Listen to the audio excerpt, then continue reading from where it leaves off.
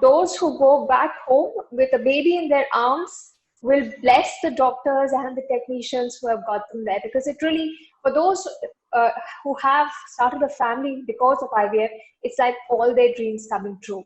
Now, to discuss this, whether there is a vilification of this extraordinary scientific marvel, and is it because technology, existing infrastructure and medical facilities are sufficient to solve the problem? Where is the mismatch in the expectation and delivery? I have a very esteemed panel with me. Please welcome Dr. Rohit Gutgutia. He is Medical Director, Nova IVF Fertility. I also have Professor Narendra Malhotra, Director, Global Rainbow Healthcare. Dr. Sunita Tandulwadkar, the founder and medical advisor at Solo Clinic. And we have Dr. Deepak Goenka, Director, Institute of Human Reproduction, Guwahati. Welcome to all of you, ladies and gentlemen, and welcome to this discussion. Now, there are a lot of happy stories for those who have tried IVF and who go back with babies. But there are also a lot of broken hearts and, a lot of tales of how, we got exploited. We paid so much and we didn't get a baby. So is this exploitation, or is this the risk that you go with? So is this a case of, mismatch of expectation and delivery? How can this be improved? We discuss this in this panel discussion. I'll come to you, Dr. Rohit. How do you view, from an outsider's point of view, the IVF industry in our country? Is it seen as one that is doing a noble cause? Is it seen as one which exploits childless couples? Thank you, Anisha, for allowing us to participate in this very important forum. I would start out by saying that vilification is a very strong word that we're using here. Rather than the word vilification, I would say that there's some sort of a confusion that is there with the so-called success rate of an IVF cycle. I would put it down to the fact that maybe the couples are not well counseled about the ability and the inability of IVF. And that's where the confusion comes up. I would also like to point out that as a service, we are very inefficient. So less than half of our couples would get a pregnancy in their first attempt, even now. So had it been any other service, like a television or an AC or whatever, we would have been out of business. So this is something that is very, very unique to our industry. And the only parallel I can bring out is maybe the oncology industry as well. This is the only industry where the successes are still less than 50% or thereabouts. And even then the service is available, in fact, flourishing, because there is a huge demand. But when we take the cycle on, when we counsel the couples, when we start the cycle, we need to be very careful about pegging their hopes in the right direction. And that's where we all feel that we do it enough. But even with my own patients, I've realized that while they're during the cycle, they're hopeful, they're expectant. And the first look that they have when a beta HCG is negative, that's when the report comes out that it's not favorable. The first look is always disbelief, and that there is this look of accusation, maybe that maybe you did not try enough. So that's, I would say that everyone else on the panel also has a similar kind of an experience. So that's there. And through this fora and other foras, I think it's time now that we address this openly and discuss this with our patients, that no, science is there. It's an evolving science. Things are improving, but we are still not there as we would want it to be. The counseling that needs to be done. What we are doing today is maybe recording this in form of electronic evidence, in form of a paper evidence. But end of the day, it's a connect that I need to have with my patient, where I may tell them, understand that please, this is not an exact science, and this is where we are. Right. But Dr. Sunita, counseling is very important, but Dr. Rohit feels that vilification is a very strong word. But there are a few unscrupulous practitioners who have gone ahead and said, or who insinuate that we have 100% success rates. Some practitioners who have befuddled the picture by giving packages saying you do three or four cycles with X amount, and this is the success rate. As a parent who, or a would-be parent struggling with fertility issues, you just get confused. Isn't there a need to do a little self-searching? Yeah, Anisha, thank you. Thank you for the question and congratulations. It's so nice that different topics we are coming together. See, first thing what Rohit said was absolutely correct. One has to do the counseling. I will say it should be a realistic counseling. What I mean by realistic counseling is, see, the IVF result, it changes with the age. The IVF result changes depending upon for what we are doing the IVF and depending upon the what facilities and expertise you are having. Now, if you say I have 100% success, that is a absolutely unethical statement a doctor is making. In every field, there is some unethics in every branches it happens. What is important, we need to be true to ourselves. Now, first thing we have to tell the couple, irrespective of any age, even if they are 25, IVF is not 100% success. This has to be the first thing we have to embark in their mind. What happens is, over the period when they are undergoing the IVF cycle, it is a process of 4 to 8 weeks. We meet them more frequently. We assure, when they ask you, how is my response? We tell them, yes, the response is good. I'm seeing the good quality because the embryos are made. They start thinking in a mind that I have 100% attention. My embryos are good. And somewhere, even if you have not counseled, they start thinking that the way the transparency is happening with me in the entire protocol, the way attention is given to me, I'm going to have 100% result. So one is, at the first meeting, you should be saying no guarantee in IVF, whether 1 cycle, 2 cycle, or 3 cycle. Then depending upon what their pathophysiology and their age and their markers, we have to tell them in what category they fall. Now, even if I say you are falling into 40% success, it's important for me to explain the couple that you may be falling into 60% non-successful. When we emphasize this again and again, as Rohit said, the first thing when beta HCG comes is a disbelief, because over the period 2 months, even if they are into 60% unsuccessful, we have cleared it, they start thinking we are falling into 40%. But let me tell you one thing, Anisha. I'm a very spiritual person. I like to have a patient believe that they want to go into that 40% success, knowing that they can be 60% unsuccessful. I feel the universe is listening to you. So when they say, I will be successful, what you think God gives you, tathastu. So it's very important that in a first counseling, you counsel them, though you may have 60% unsuccessful. I want to be very clear.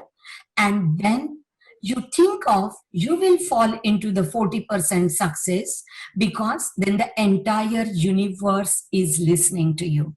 So our counseling should be realistic, but at the same time, we should generate the hope, because that hope creates and the universe listen. So I always counsel with do. Now the thing which you ask is, there are doctors who are saying 100% unsuccessful success, and we will be doing this, otherwise money back, is a very pity situation. I think this is because in India we don't have the guidelines, we don't have the law who should be practicing ART. Any obstetrician also can do the ART if they have a money and the place. They don't have to have a special training. They don't have to report to anyone, even to the organization. And because there is a competition, they would like to say, and I don't think we can stop in any way. What is important they have to understand is, what they promise, if they don't deliver, patient will know that they have full. By that time, they have spent the money and they will. Right. Please remember one thing, Anisha, what you give to the society, the God will give you back. So here again, the honesty is important. You need a dua from your patient. You don't need a bad dua.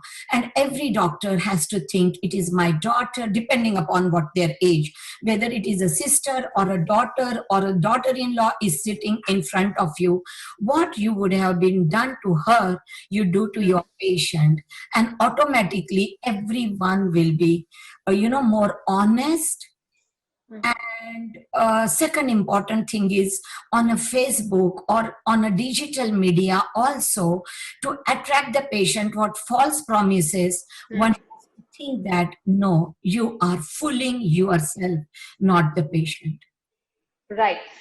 Dr. Malhotra, Dr. Sunita is very spiritual, and I also side with her to some extent. How you mentally prepare yourself also perhaps impacts the way you go and the way you take the results. But she has pointed out an important issue, that there is no regulation.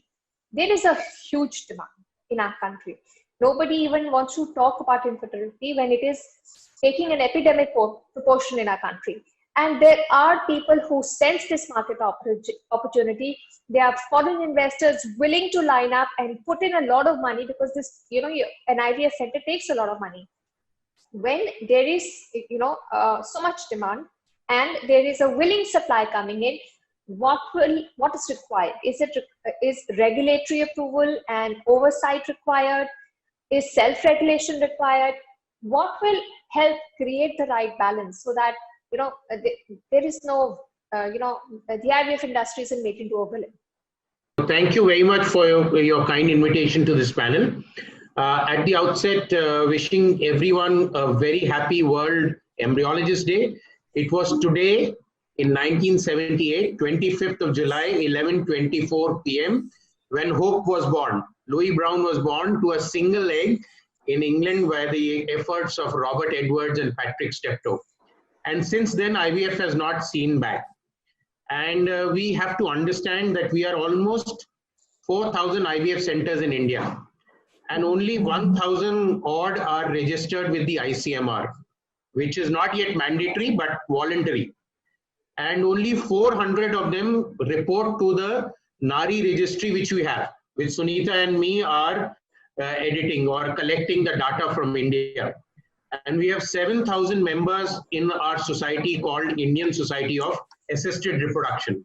And we have 4,000 members in a society called Indian Fertility Society. And we have about 2,000 members in a society called Academy of Clinical Embryologists.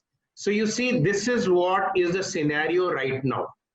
And you said to set up an IVF unit, a standard IVF unit, but to set up a basic IVF unit with one incubator, one small suction, everyone is doing it. It's around 50 lakhs. And every successful obstetrician or a nursing home just wants to put up a 2-room lab and said they are IVF specialists. That is where we are going wrong. You see, the amount of cycles we do in India, and if we compare to our neighbor, China, the amount of cycles they do about 7 times. But they are only 1/3 the IVF centers. Not a single private IVF center can operate in a country like China without a government regulation or without a self-regulatory body. So even in USA, even in UK, the HIFA, everyone, very strict self-regulatory, and then over it, the government. Here, the ART law has been pending in the parliament since God knows when. And they put in they put in surrogacy inside, sometimes take out surrogacy. So people are very confused about how to put this law in. It is very simple. I was in the first meeting which was held for the law with Dr. Sadhana Desai and Dr. Kamini Rao.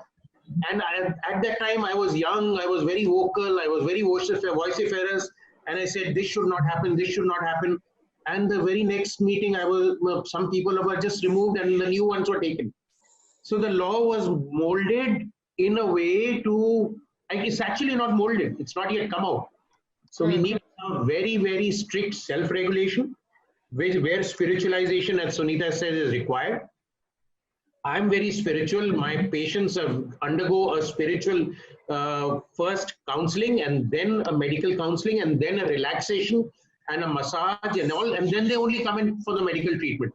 So they are relaxed and they are very, very clear. And we offer no guarantees. We offer no money back. We offer no one cost, 3 cycles. These are absolutely unscrupulous practices. And if they're not getting self-regulated, people are not stopping them, someone should stop them. Our organization has tried, but then because it's an organization and it's a member, we've thrown out some members. I was the president. Sunita will be the president after 2 years. So we will throw out people, but they keep on. Nobody's to stop them. There is no license. There is a license to drive a car, but there is no license to open an IVF center. Any Tom, Dick and Harry, including an Ayurvedic practitioner, a homeopathic practitioner, a pediatrician, an orthopedician, they have all opened up IVF centers. They're all doing embryology. You have studied MD orthopedics. How can you do embryology? Well, yes, you can learn it. It's a learning curve, but then you are not qualified. So we need correct qualification. We need strict guidelines. We need to put in from the organization, from the government, yeah, this is the minimum thing you should look at a center before going and getting a treatment done. So we have to be very, very strict. I believe that. Right. Dr. Goenka, we would like to take this discussion about self-regulation and law and enforcement of law a little further. But I would like to ask you, even if you told the patient that, see, IVF only has 30-35% success rate, depending on your age and many, many parameters, they would still be disappointed because there's so much hope and expectation in the mind of a patient that, the disappointment, even if he went through a free cycle, still be there. So, the inherent expectation with treatment is very different from, something else, or maybe I haven't got it right. What do you think? Good afternoon, Anisha. You didn't get it wrong, but I think you are missing one important point, is expenses. Whenever we talk about the IVF, we do have some expectation. Yes, we do understand. We also understand that results are never 100%. As Sunita ma'am has told very rightly, we have to be very careful about the realistic counseling, realistic expectation. We have to tell everything to the patient. But we have to understand 2 more important factors. Number 1, there is a social taboo. However progressive we are, but still there is a big social taboo about the infertility. Still we see a 74-year-old lady not satisfied, not accepted her infertility, and we as a medical fraternity going for IVF for such lady. As a medical fraternity, we are wrong somewhere, giving a birth to 74-year lady, but as a society also, we have failed our community people. Why a 74-year-old lady was not satisfied with her life? Why she felt the need to go for IVF at the age of 74? Don't you think as a society we went somewhere wrong? Yes, definitely, I do feel so. Another important aspect is expenses. Along with the social taboo, it is an expensive treatment. We are not talking about a treatment of fever treatment which involve 10 rupees paracetamol tablet or 50 rupees or 1000 rupees. Here we are talking about a treatment of which involves 1 lakh to 2 lakhs rupees per cycle. It can go much higher. And when we don't get the result, and we do understand we cannot promise everyone कि 100% result मिल ही जाएगा, pregnancy हो ही जाएगी, delivery हो ही जाएगी. We cannot say that. And when they don't get the result, obviously it is natural human behavior. We will look for an excuse, we will look for a place, we will look for a person to blame. So this is another very, very important aspect. When an expensive treatment doesn't work, we look for something. So we have to be prepared. But again, I agree with Rohit that vilification is a word, literally is little too stronger word to use for this practice. I don't know what about the Sunita ma'am and Malhotra sir agree with this vilification word. I strongly disagree. I think this is a strong terminology to use with this. Very strong. I don't think it's vilification at all. Right. कल तो मतलब खोज रहा था मैं dictionary में. Dr. Malhotra, I actually want to ask you, at one point of time we say, let there be a free market, because free markets work best. If you get too many rules and regulations, it doesn't work. At one point, you spoke of the ART law, which is still in the making. Now, what is the solution here? you cited the China example. Now, in China, there are many laws. It's not a democracy. The rules are, enforced very strictly. So, I mean, that's not an apples and apples comparison. What is the answer there? Is it just a law? Is it self-regulation? Is it counseling? Which one will give us the fastest and the best result? So the best results will come from self-regulation. So we need to give the power to our organization, which we support. Look at UK. Now the degree for practicing OBGYN in United Kingdoms is given by the Royal College of OBGYN, which is a private body. It is not a government body. Here we have to pass a government MBBS degree, MD degree, get yourself recognized, registered with the government. Why shouldn't the Indian Society of Assisted Reproduction be held responsible for regulating their members? And those who are not members, not allowed to practice IVF, those who are members pass through a strict guideline, a strict minimum standard, and a repeated examination by a board, not a single person, a board of 10, 12, 11, which could have lawyers, judges, government people, and the doctors, and the social workers, and everyone together to form a board and let them regulate, let them point out the wrong things which the centers are doing, which we also feel are doing. But right now, when I write to them that you are doing wrong, they said, who are you? Who are you? So that is, so self-regulation, give the regulation to the association, to the local body, and the government just makes a wide board to just overlook and get the report and analyze the report. And then tells the body that you're not doing right here or you're not doing right there. And regulates the research part of it with the ICMR or with everything. And makes it compulsory and mandatory for them to report what they're doing. So the registry is very, very important, which we've been drilling. We have our own registry, but because it's voluntary, nobody reports. Out of 1,000, only 400 report. I'm in charge of this registry since last 10 years. And I bring out a published registry book. Only 400 centers report in India out of 4,000. Now this is pathetic. I can't force them. There is no regulation. There is nothing the ISAR can do and nothing the government can do, nothing the ART bill can do. So we need everything. Self-regulation, local body, and the government overlooking the whole thing. Just overlooking, not forcing it. Right. Dr. Rohit, what Dr. Malhotra is suggesting is that self-regulation is the best way forward. But then he has listed the limitations too. If you know that you are clean in your heart and you've done the right thing and explained to the patient properly, but you know your competitor's done something wrong, what do you do then? Because of his wrongdoing, somewhere people will start casting aspersions on your work too. It's a tricky question. First of all, I'd like to... We can't report him anywhere. Yeah. So we need a place where we can report the wrongdoings. We can't report him. He keeps on doing wrong, sitting right next to me. So that's my question. What to Dr. Rohit, what can you do? There is no law. The self-regulation is not working. What do you do? I mean, for how long will you stay in this situation? No, so the first point that I'd like to start off by saying is, as a professional, I would like to be regulated by a professional team only. Getting the local body and the statutories and the admin people into the whole system is very complicated.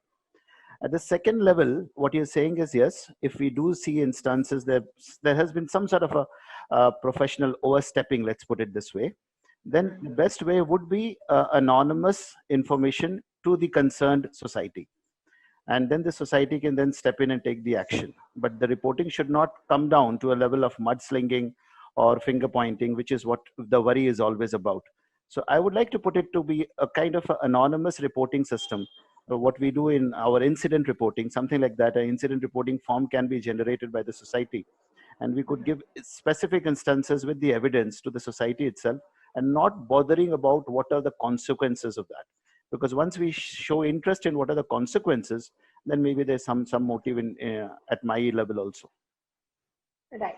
Dr. Sunita, how many counselors do you have in your center? And what is the ideal ratio? Because, one other complaint that patients have is that I pay a lot of money and the doctor's so busy. Yes, she's busy because there's so many people with the same problem. but she hasn't understood me. She hasn't understood my particular condition.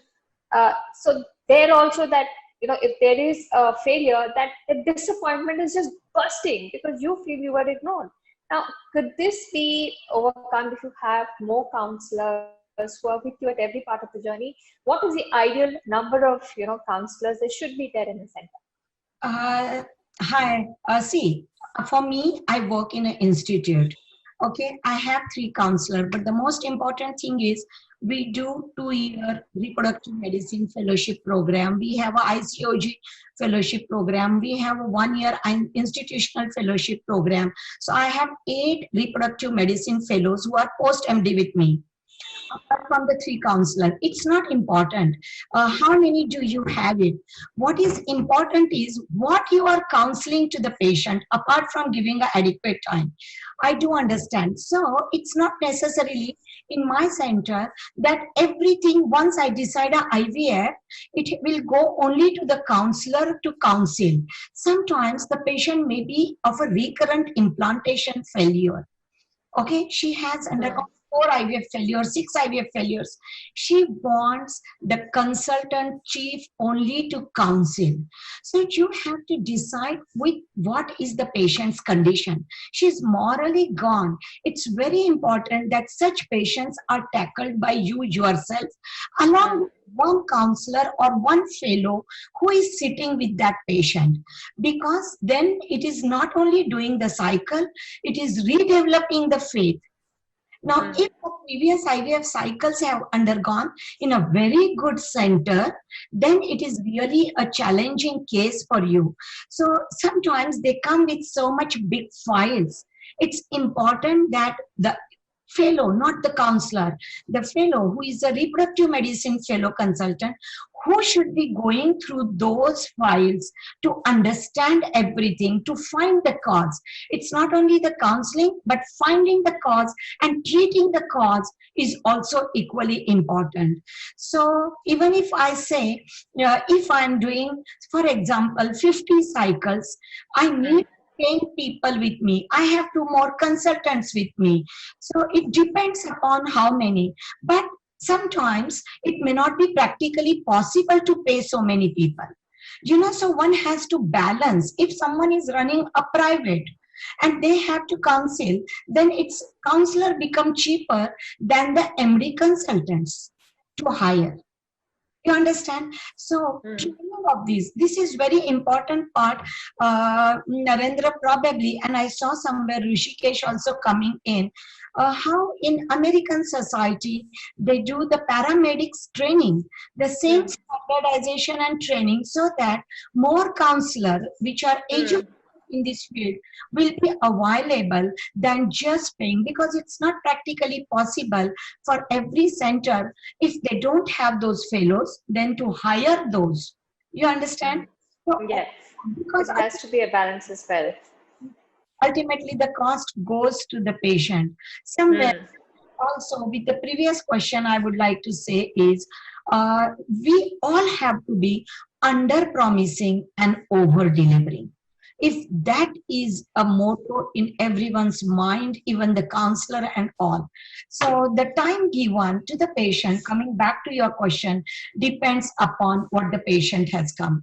Also, what is important, patient understand how the IVF cycle. In IVF, they have to come again and again. Now, suppose I have to come again. In my mind, there is a fear of what they have called me for. What are they going to do? So that affects the egg quality and the egg quantity. The stress is very important. So in my center, it is very important that patient has been told on this day of a cycle, you have been called for this, you have been called for this, you will be called for this. This is what we are going to do. So if my patient knows, oh, today they are going to do the sonography and they are going to decide whether I will be able to take on for the cycle, she comes prepared. Yes, is important. This small attention has to be given. So if you have 3 counselors and if you are going to take only 20 patients in a day, it's enough for you, because you can give enough time to the patient. this consultant himself Right. has to meet in a first consultation to the patient and explain what is the plan.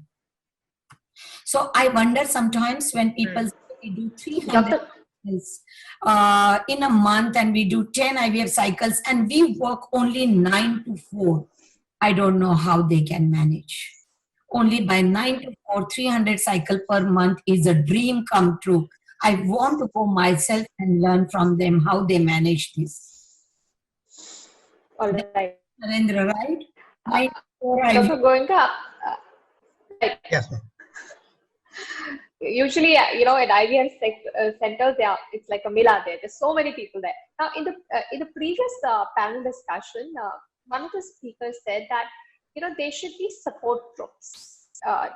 Patients who've gone through IVF, who've taken a baby home, have lived through it, and they should talk to others so that perhaps you can realign your expectations too.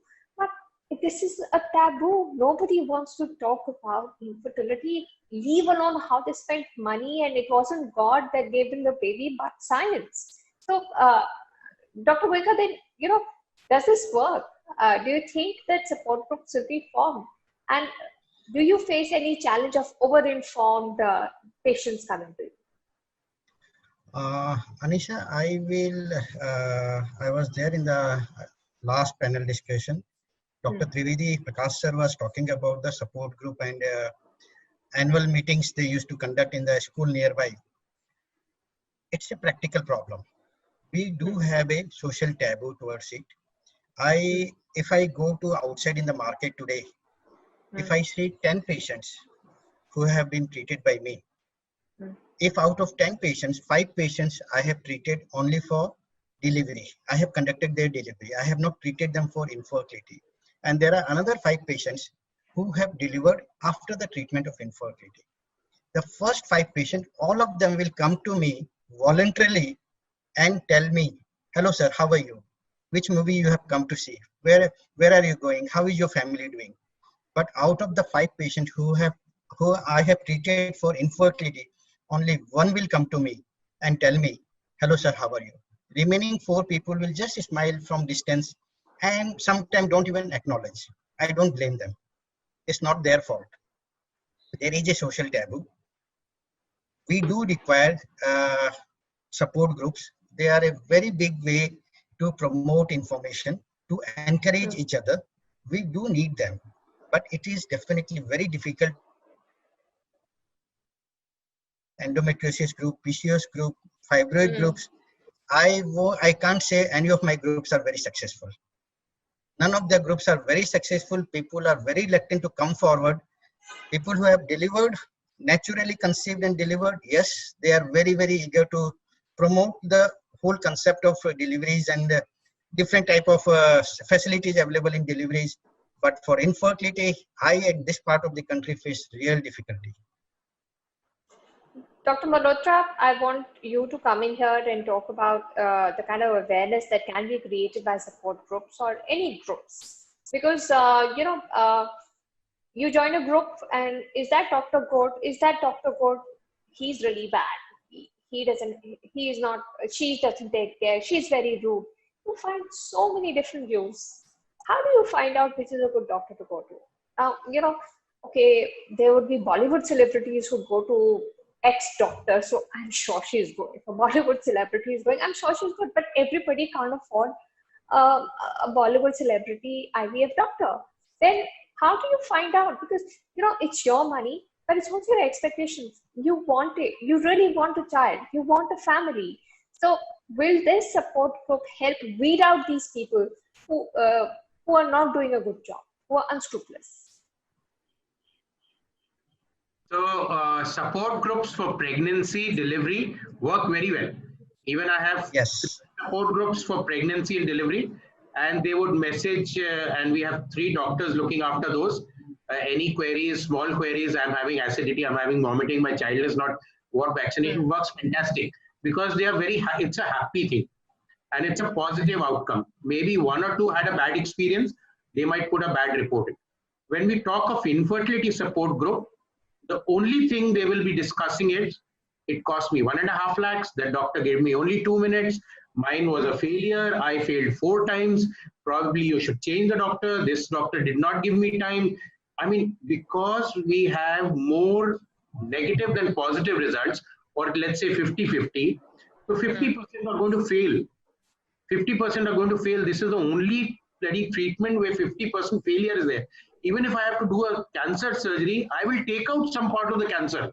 Even if I can take out anything and hand it over to the patient. Here it is. Here you give the patient injections worth 1 lakh rupees. That's only a prick. And then you take her in for a short anesthesia, take out some eggs, put the embryo back. In 15 days, you say, sorry, it's negative. They said, where is my 1.5 lakh rupees? Nothing came out. You didn't operate. You didn't do anything. You didn't tell me. Even if you've told them in the support group, you didn't tell me. So support group for infertility is very much needed, but it has to be monitored by a very, very intelligent counselor, because there are going to be equal amount of abuses and equal amount of praises on it. So when that happens, that will confuse everyone else. So that's what I'm saying, Dr. Rohit. Most of these groups that come about are not regulated. They are just regular groups on Facebook or wherever. And you know, I know people, even me, I found a lot of information in some of these groups because they were not localized in India.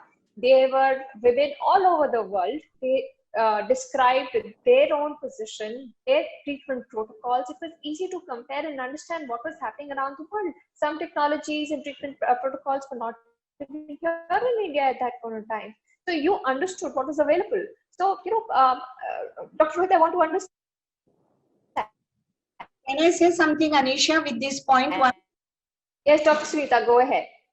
This about the support group, I'll tell you, one fine day, interestingly, when I was doing a sonography of my patient from Australia, she said, I'm thankful to the group. I said, which group you are talking? Because as Narendra and Deepak said rightly, I don't have an infertility support group, and I don't have because I'm scared to have it.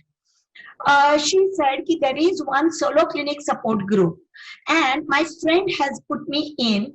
So she had come to me. She's an Indian staying in Australia, and the other people, see here the support group, those who conceived with difficulty, she was the admin of it and she was involving, and they were speaking so positive. So when she came, I was so scared. Now, if I don't give her a pregnancy, she will spoil my entire support group. Fortunately, she continued with me. At 4th month, she went back. But then she told me, Doc, in the support group, we do have your failure patients, but the admin is the one who counsel them, who explain them. So it is sometimes in blessings in disguise that you got such a beautiful couple whom you gave a pregnancy and they formed the support group. But practically, I'm very scared of my all patients who form those support group because you can't succeed with everyone. Dr. Rohit, do you think a support group works, or you know, can it warn you against unscrupulous people as well? So I've heard with interest Dr. Goenka, Dr. Malhotra, and also Dr. Sunita. I would have similar experience. As a part of a corporate, we were doing this thing called Circle of Hope, and we did it for 3 years. And it was driven by my counselor, and she was an expert counselor, having gone through the IVF herself. And there was always an effort needed. There were one successful pregnant, having given birth patient, and there would be 8 people who would be wanting to get pregnant. And it was a lot of effort went in. We used to do it in the clinic, and then we shifted to a cafe because people did not want to come to the clinic. They thought that they would be overheard if they were talking negatively about us, and so on and so forth. But end of the day, we had to call it quits because of lack of motivation. I have a very strong feeling, and I would like correlation from my colleagues, is that we are kind of driven by success. Even doctors, as doctors, we also talk about success. We do not talk about the process. So when we don't talk about the egg quality, the sperm quality, and the failures thereof, and we talk about success, quite obviously the social media also talks about success of a particular doctor. I don't take names and I don't talk to the patient properly, but I give success, she's happy. So that's the universe that we are operating out of. like Dr. Sunita pointed out, counselors. We have to have doctors working as counselors, which is a very inexpensive proposition because ours is a doctor-driven universe. Patients would not want to accept anybody else as their guide or their counselor for the process. So having said that, it's expensive. It's expensive. That's fact of life. Having said that, initiating a support group based practice, I've seen it operate elsewhere, but in our country, in our practice, I'm unfortunate. As of now, it's not working. And that's something that maybe with today's meeting and subsequent meetings such as this, we'll be able to evolve a society where maybe this would be pointed out that multiple attempts may be necessary and you need to choose your center, your doctor wisely, not go by the success rates, but go by the procedure, clarity, and transparency. Right. So we're coming to the end of this session. Dr. Malhotra, one comment, one short comment. Yeah, now, the Indian Society of Assisted Reproduction, since last 2 years, has started a counselor training program. So we are training the nurses who work in your IVF unit or anyone you send, your junior doctor, your MBBS, and it's a universal. This is to be talked to the patient, this is to be taken to the doctor, and this you're not going to comment. So we are trying to do that, but unfortunately, very few of the centers have adopted to get their nurses trained. Again, there is a fear in the doctors only that if they get their juniors trained, they might open up a clinic right in front of them. And so that fear, I don't know how to get people rid of that. You have to have trained people, then only your life is going to be much better. So, Sir, I feel, sorry to interrupt, Anisha, I just want to add something about what sir has told. I feel we doctors need a training about the counseling. We ourselves doesn't have a proper training about the counseling. We know how to treat. We don't know how to counsel our patients properly. First of all, we need to have a proper training so that we understand what does a patient need. We just understand, many of us just understand the disease. We don't understand the pain behind the disease, the psychological aspect of the disease, the physical, financial aspect of the disease. Those things also we have to understand. Then only we will realize what Dr. Rohit is saying, that counseling part itself is a very expensive part, but it is a very, very important part. Okay. We are not realizing ourselves. That's why I think we all are facing problem in the counseling and the support groups. I'm going to wrap up this discussion, but before I end, I want each of you to give me your opinion on the way forward.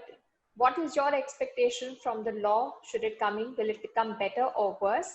And one more question that I have is that, is it possible to have a rating system? Like, education today comes with the top 10 schools, and I know this is a rating, 1, 2, 3, 4. Is this also a way out? Because, you may be rated 10, but you may be very good.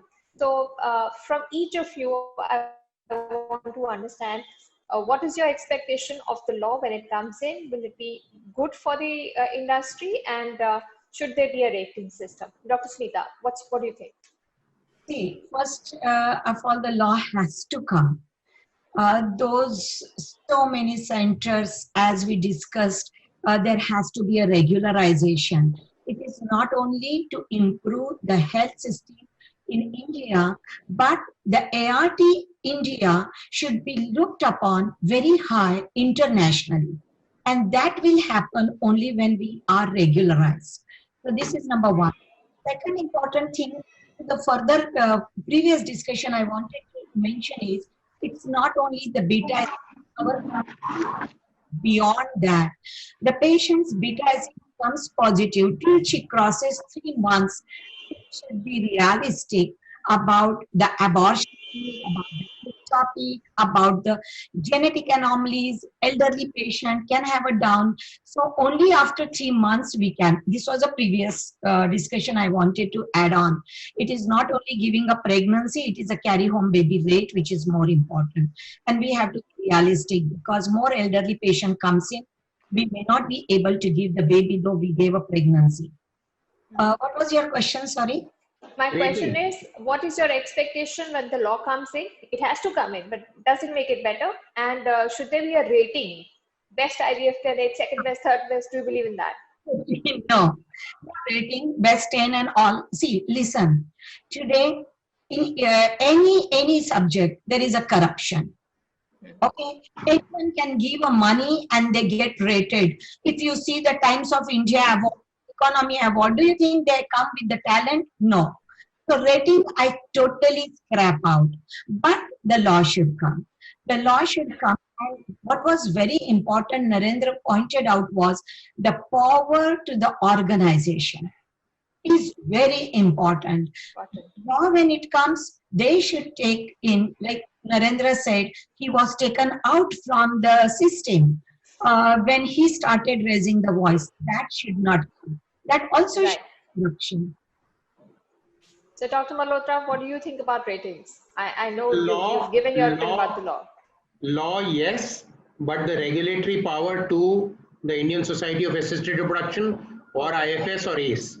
That is, yes, I am totally, the law has to be there, but the first regulatory power to the association, not to the government straight away. Rating, there is a rating coming every year, Times of India rating, Hindustan Times rating, ET rating, and you're surprised that one of the unknown clinic is rated as the best in UP. Now, how did that happen? They don't, I know personally, they don't even have the basic equipment. So nobody went and checked. It was just priced at 50,000 bucks. I did not pay because I don't need to be rated. That clinic paid, and then it is splashed all over on their Facebook, on their social media, on all their letterheads, their ads that we are the best IVF center in Uttar Pradesh. Now, how did this happen? So if it has to be rated, it has to be rated by the Indian Council of Medical Research with a strict form on the equipment you have, on the qualification you have, on the in-house embryologist you have. So there are rating points. You can rate it if you do it fairly, but not the Times of India ET ratings, which can be. I can buy any rating right now. Okay. What would you say, Dr. Rohit? I mean, would you welcome the law, or do you think the law will bring its own problems? And what do you think of the rating system? I agree with my seniors completely. I have a feeling that the basics, the lowest common denominator should be defined by the law. So that's something that should be there, non-negotiable. And the highest common factor, that is the best practices, should come from the society. And we should all aspire to that. That's the regiment. As regarding ratings, as Sir pointed out, as Dr. Sunita pointed out, they are all for a sell, have no value. A scoring system should be well defined, again taken up by the society itself. And we could comply with the scoring system and should not be published. We should aim at an improvement of a score on a year-to-year basis. So that would be my way of looking at things. Dr. Goenka, what are your thoughts on how you think the law will pan out, and whether there should be some rating system to make it easier for patients looking for good IVF clinics? Regarding the law, definitely we do require a law. And as Rohit said very rightly, it should be regulated by someone professional who understands the disease, who understands the technology, who understands the treatment, not by someone who has never seen a patient of infertility. He cannot make a law for infertility patient or infertility doctor. It is very important to have a regulatory body, as Sir has told very rightly, as Ma'am was also talking about the same thing. I think all of us are on the same page. We do require regulation, but someone who is professional in the field. Regarding rating, I do remember in the UK, they used to rate clinics. That's the number 1 clinic, this is number 2 clinic, this is number 3 clinic, this is number 4 clinic. I think they have done the rating up to 2010. After that, they have stopped doing it. This rating used to come from the government, UK government. There was a big issue out there regarding how they are rating. There were clinics who were treating only the elderly patients. And obviously their success rate was much lesser than some clinics who were refusing to treat the elderly patients. So there were, say, 2 clinics. One clinic was treating all patients who are elderly or who are younger. And there is another clinic who was taking only the good prognosis patients. Obviously the success rate of the patient clinic who is very selective will be much better. So rating is definitely very, very tricky and has to be thought of very, very carefully, as Sir has told. But regulatory bodies, yes, we do require regulatory bodies. We do see, as Sir has told and Madam has told, any homeopathic doctor or any compounder or any sister, nothing against them, but there has to be proper training for any procedure to be done. So the regulation is required. Rating must be thought of very carefully. All right. Thank you, everybody, to everyone who's joined us on this panel and shared your thoughts. Really, it has been an informative session for me. Thank you, Dr. Sunita, Dr. Rohit, Dr. Malhotra, Dr. Goenka. Thank you so much for joining in. And let's hope that many more dreams come true. And I know there will be broken hearts, but there will be a system whereby it's more transparent, and at least, the unscrupulous elements are taken out, so that, those broken hearts will still see some light at the end of the tunnel. Thank you so much. Thank you, everybody, for joining us. Thank you.